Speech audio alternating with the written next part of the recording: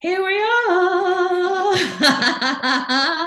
Number 12 of our community conversations, which I don't know, it blows my little tiny mind every time that we've got to this kind of number. Each time it's like, oh, we're at this number. Oh, we're at this number. And I love it.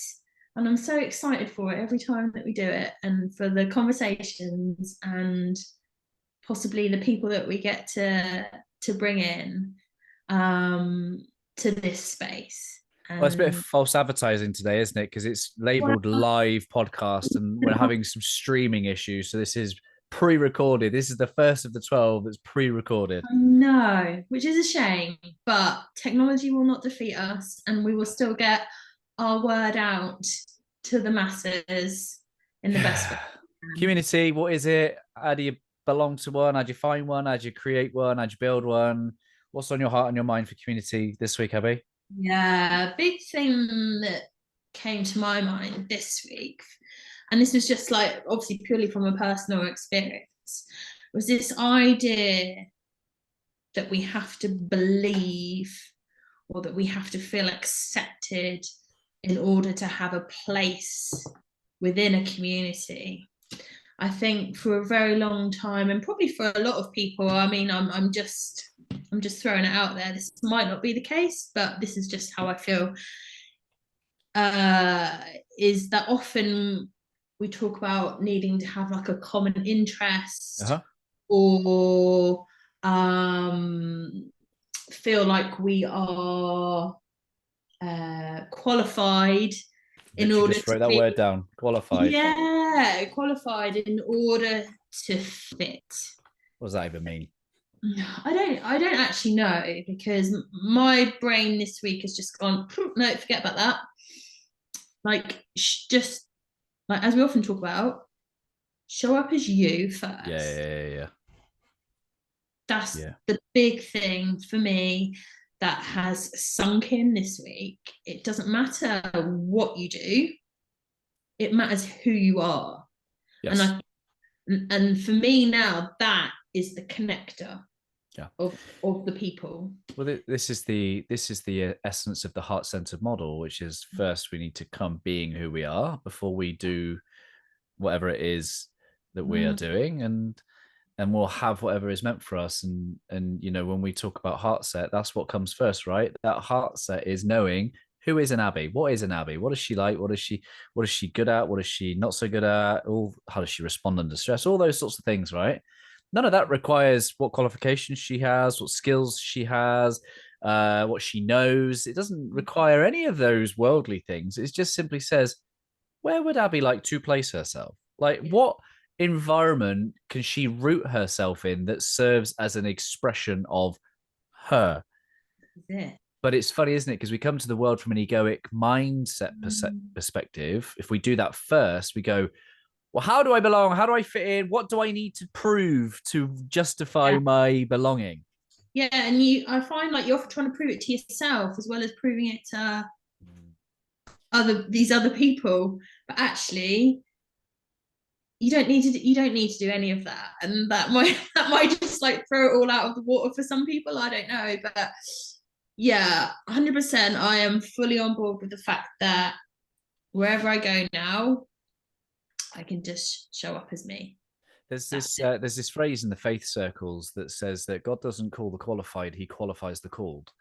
And what that kind of really means is that if you just answer the call of go wherever you're meant to be, you'll be equipped with all the things you need along the way. Like if you just act in devotion and discipline, if you just do if you do things in the world with people that are sent your way, being the brightest version of who you are, you'll get qualified along the way. Like you're a community manager. Like Mm. I didn't ask for your community manager qualifications before you became one. No, honestly, but though it's one of the hardest jobs I've ever had to apply for, in the sense that it was a case of not selling myself, but just putting myself into that role, Well, I and that think what it forced you to do is get squarely looking in the face of who is Abbie? yeah. Who is she? Not what has she got, not what skills has she got. It's like, well, who is she and what makes her her heart and her mind and her skill, the integration of all those three. Yeah. What makes her the fit. Exactly. Because I just want to take it back a little bit, if I can, with that, about being a fit. So one of the opportunities that was presented to me last week, which I took part in, would have been something that I would have probably have steered away from a little bit in recent past, because it was this idea of, well, I don't do anything that those other people do. Who am I to do that? Who am I? Yeah, who am I to be the only person in that room of about 20 odd people to do what I do and stand there with confidence and an authority as such as to what I do and how I do it and why I do it. Yes. And for them to take that on board and be accepting. So what was different, do you think, internally? What was different? Come back to the word you said at the very start, which was belief. Yeah. I think what had happened leading up to that point was that, well, I had done some work on it for myself in order to believe it. But I'd gone through a process of gathering evidence that I was already doing these things, and evidence that it was successful, evidence that people needed what I do in the world. And by gathering all these little things, all of a sudden you go, huh. Oh, okay. So now it was my turn to believe that. Yes. And then just go be me. Well, and one of the things that I support people on when it comes to heart work is that when you start to become someone you love and do more of what you love, there is an energetic source that doesn't really want that in the world. There is love and there's fear. There is abundance, there is scarcity. This is what it means to live in a duality, in a world of polarity, right? That you can't get rid of that. But unless you realize that that's what's happening, sometimes, actually, in most cases, when people start to become someone they love and do more of what they love, whether it be imposter, whether it be doubt, whether it be lack of confidence, just like, who are you to do this? That is one of the main methods of this enemy, shall we call it that? Because the enemy comes to destroy. If love is about growth and nurturing and growing, the enemy is about, I don't want any of those things to take. It's destruction. And the only way the enemy can prevail is to stop you along this path going, yeah, this is who I am. Yeah, I'm confident. Yeah, I've got value to bring to other people.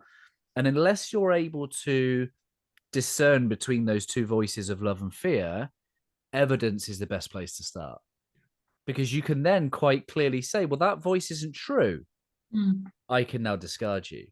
Here is all the evidence. And the evidence isn't about going, my evidence is better than yours. It's just saying, this is true. Yeah, absolutely. Yeah, that's the thing. It's like, I don't know, we can often sort of digress a little bit, but I think we can often think that we're not in the place that we want to be in when we think about maybe careers and the things that we do and the things that we love. But what this evidence also proved was that it was already happening. I just hadn't given it the space to recognize it. I was playing with this analogy in my mind earlier, is that we're all a bit of the slinky dog, right? Some of us are like the head, which is like, you're so far ahead, you're doing the next thing, doing the next thing, doing the next thing.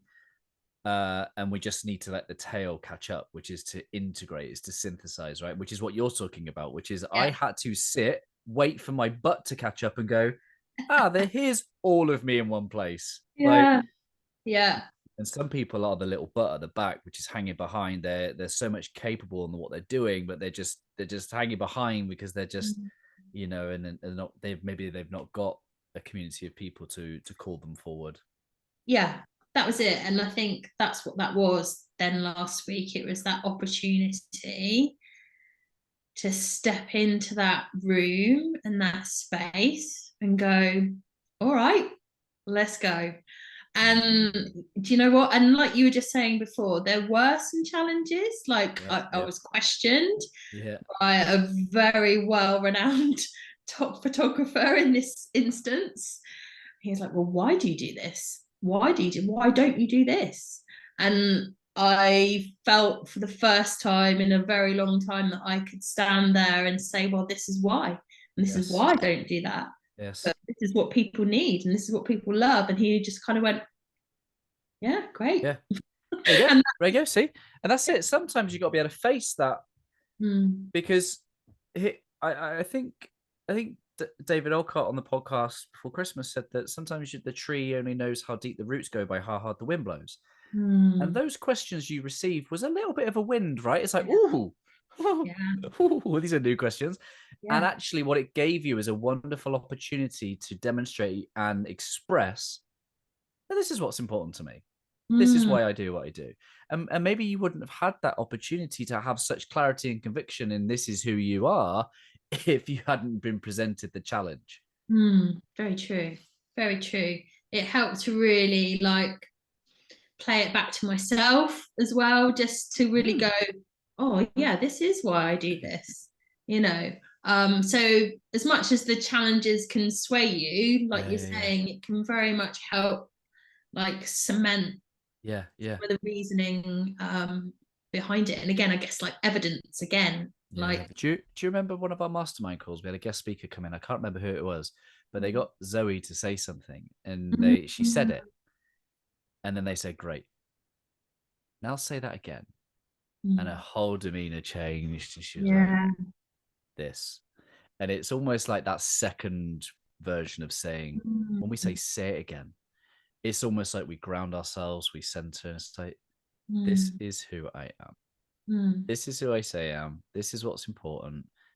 And that's irrespective if there are still some things that I'm not very good at. There are Oh still yeah. some Oh, 100%. Yeah, 100%. And I'll own those as much as I own the which stuff is, that. there you go. There's the true confidence. The true Mm, confidence is not having to hide the shadow. It's the yeah. integration of So, all of it. like uh, the other end of the spectrum, for example, I had a conversation with someone I met in a charity shop, as you do, and turns out he was a film photographer and he Yeah. only photographed on film. And I said, well, I only photograph on the iPhone.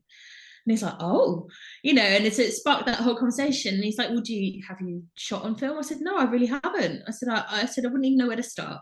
I said, but I am Mm. open to understanding and learning. And I think that Yeah. again is like knowing that, yeah, I'm good at this, not so good at that, but come together. And again, Yeah. this is Yeah. where the Yeah. community Yes. element really, really works, is that you come together and you can collaborate and you can help and support one another Mm.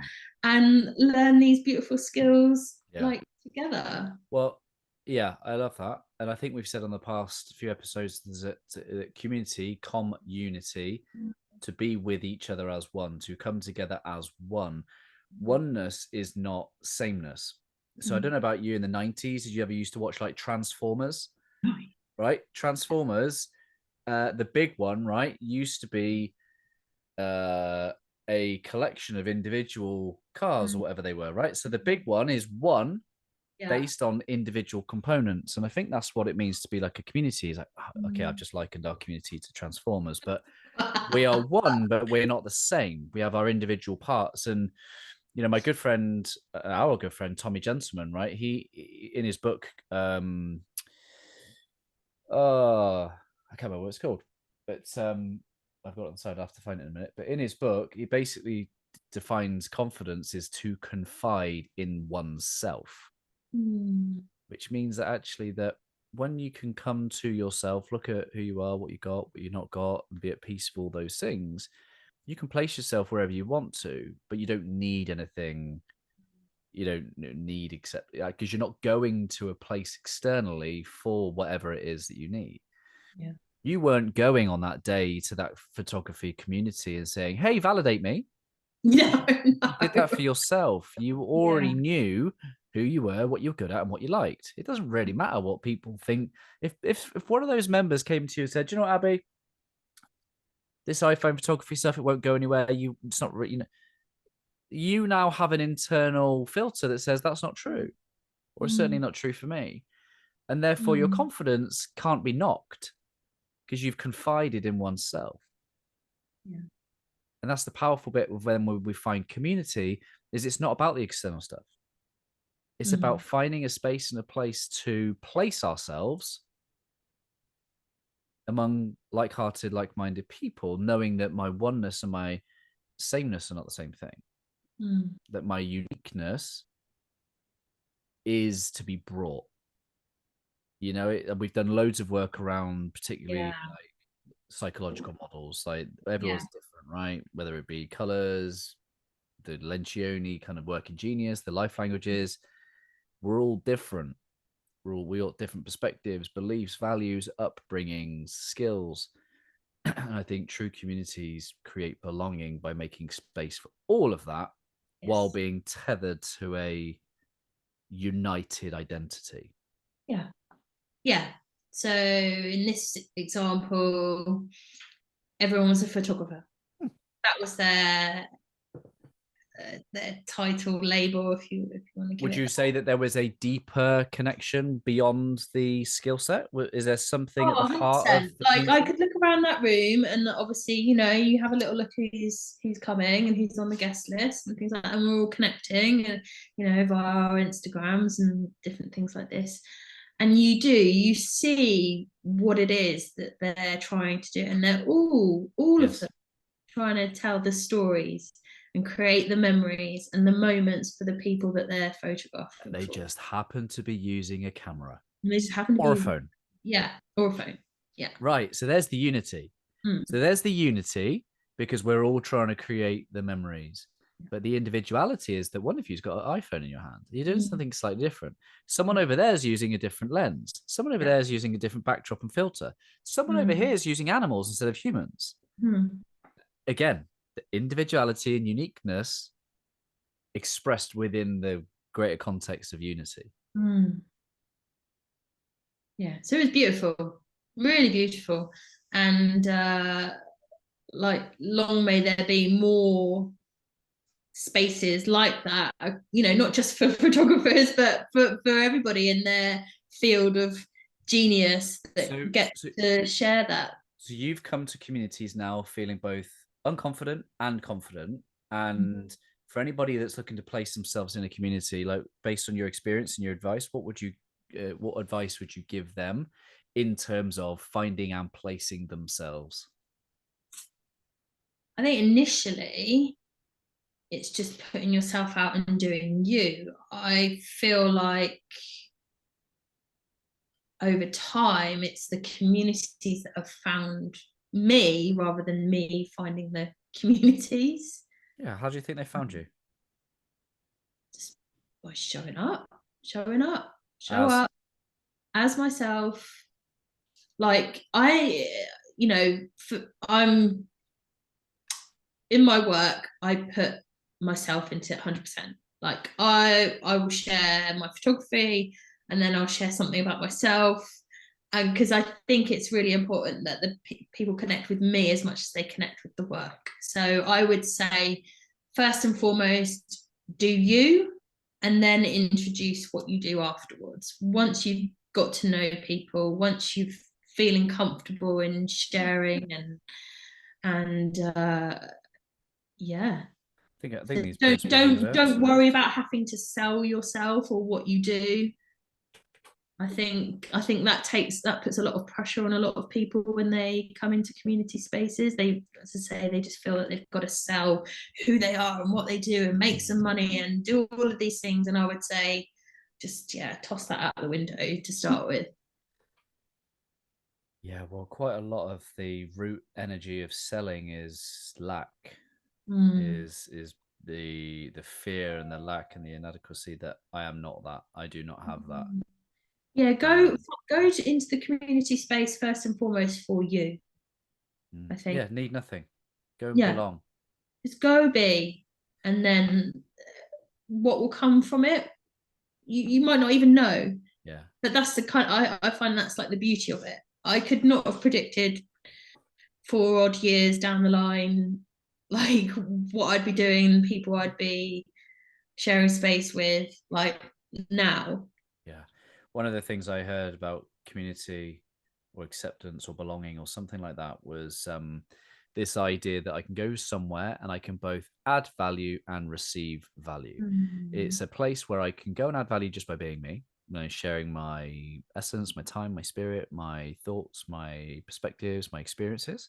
So I can add value and I can receive value. And that's definitely something I've certainly in the early days was more prevalent in this community when it was far more when we would do far more kind of particularly during COVID when we would spend more time online is understanding actually, do you know what, this isn't about a top-down community where you're looking at a leader. It's about understanding that proper community is that you can learn and from anybody, but also they need to hear from you too. Like there's something within every member of our community that Yeah, that people can learn from and I think perspectives. And yeah, and I think it's important just to kind of, I think, round that off is that yes, very much people know always better than yesterday, with you as a like role model figurehead, however you want to like describe it.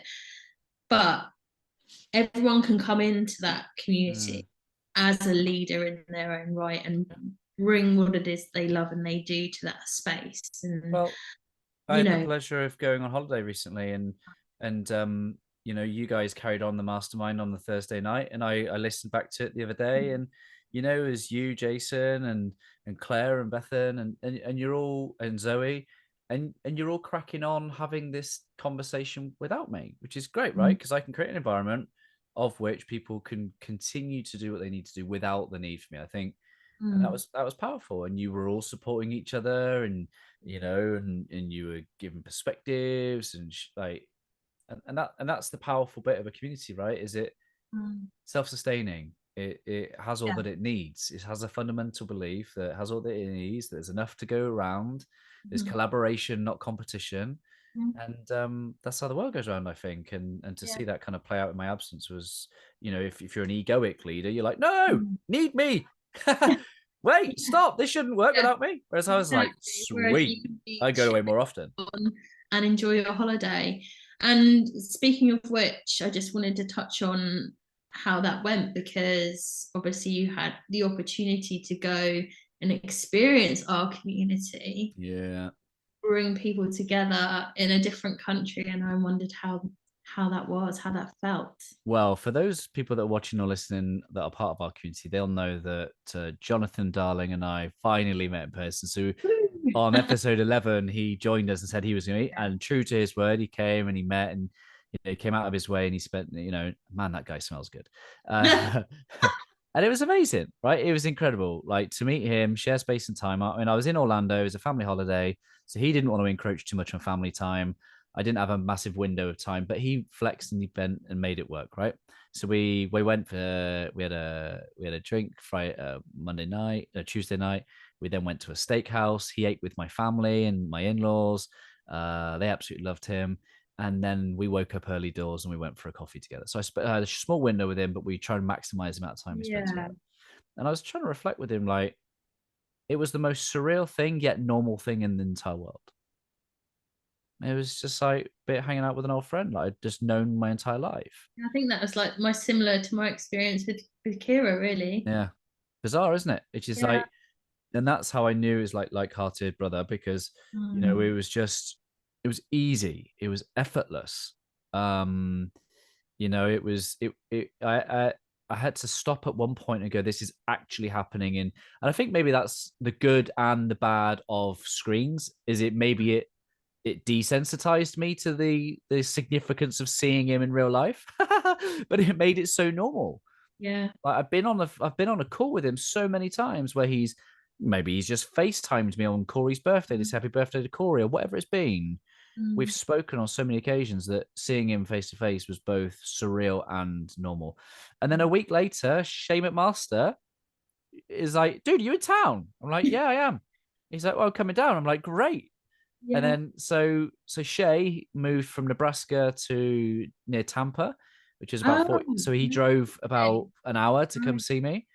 And man, like, same thing. I've been a great brother of Shay. I think Shay was on one of my early, both Jonathan and Shay were like first 20 episodes. And they've been part of our Yeah. masterminds. Like, Start with absolutely love those guys. And the only thing, right, I was really quiet. I didn't want to promote that I was going over to America too much because there's just so many amazing people from this community that I would have loved. Like Nathan Todd wasn't from far away. Justin Court wasn't far away. You got Heather in Atlanta. You got Jason, obviously, and Luke Frazier and David Bryan and Christine Saunders. It's just like, man, like if I meet one, I can't meet them all. So like we're just gonna have to get that RV. But I just know now that our people that are all around the world, we're going to meet Anna in Sweden. I'd love to go meet Reese in Brisbane. I'd love to go to Edinburgh. And obviously, we've met Callum, but these people, like, it's something else, man. I'm not saying that this community is the greatest thing. Like, I'm not being egoic about it, but what I am saying is that there are just, when you really take the time to connect with people, like, you just get filled with wonder at how amazing people are, and we just happen to have a collection of incredible humans. We do. And again, I think, and it is literally coming back to this thing of just showing up as ourselves. Like, that's all that we've ever, not that we've even asked that of people, but that is all that is ever. We certainly haven't asked them to do anything else. No. And the fact that, like, when I went to New York and now you've gone out to Florida, these people have gone, oh my God, I need to spend time with you. It's like, it's an incredible thing. Obviously met Callum up in Edinburgh in the last year and as well. And it's just, it's amazing. And that's just simply purely by showing up as ourselves and connecting from the heart. And I think if that's the most basic summary I can have of a community, that would be it. Well, when you try and connect at a heart level, you're not trying to fit into anything other than just your expression. That's what the heart does, right? The heart is freedom of expression. Mindset is like, well, how should it be? What should it look like? How good should it be? How high should it be? How shiny should it be? That's what the mindset does. The mindset is trying to learn the rules. The heart doesn't have any rules. It just wants to express itself. So when you come to the world from the heart first, you have the freedom of expression. And then the mind goes, well, how do I express myself freely in the most logical way possible so that I may? But if you start with the mind, you're starting there going, well, what do I need to be? Not who am I and how shall I be? It's what do I need to be? What do I need to do? And it misses the wonderful kind of beauty of just going, this is me. Yeah. This is me. This is me. Oh, thank you for making space for that. It was, I can't believe it's been nearly, 2 weeks since I hugged Jonathan and a week since I hugged Shay. It's time, innit? Time, but I look forward to the next ones. I think it's just the sign that we need to go out there for a couple of weeks and just go, come on. One of the things I wrote in the community after meeting them was that if you're not spending time intentionally seeking out people in this community and saying, hey, I'd like to know you deep, like more, missing out, man, missing out. Like, I now get to sit on the, shoulders of knowing that I could probably travel to most parts of the United States and have a brotherly, sisterly conversation because of the courage to create this thing that at the early days I was laughed at. Yeah. Simple as that. Create from the inside out for the love of it. It doesn't always have to look like a personal development community. You could share the love of photography, spud guns, whatever it is. That's why it's a paradox, right? Find your thing first, and then either go and find that place to belong to one of those groups, or if it doesn't exist, go create it. Yeah. Because, for as long as you're uniting around this like-heartedness, these similar passions of whatever, or these similar values, then you can go all around the world and immediately feel like you've got lifelong friends because you are united at something deeper than, hey, you've got 10,000 followers. Yes. Which I don't. No, I'm not there either. I don't need that. I've got this community. I'm all good. We have all that we need. Should we wrap up? Yeah, let's do it. Yeah, thank you so much for listening today. I think it was quite an important one to understand how communities work, really, at the absolute heart of it, to use that phrase. And Well, then it's yeah, important, isn't it? I think what you've really tapped on is the communities are always built up with people, and if you've got people that are feeling like they don't have confidence or don't feel like then they're not really going to contribute, and therefore your community is not as vibrant as it could be. And we just want to create an environment where people show up as they are. That's the full light, isn't it? Imperfect, but showing up, contributing their energy. And I'm glad that you made space for that, because I think people just need to understand that confidence isn't a requirement for showing up in a community. It's the result of showing up in the community. That's the paradox. The confidence that you want is on the other side of being present in that community. yes, it is. It is. Yeah. So great stuff. Thank you very much for everyone. Thank you, Abbie. Thanks, Ryan. Until next time, episode 13. That puts us into year 2. Mad. That's nuts. Peace.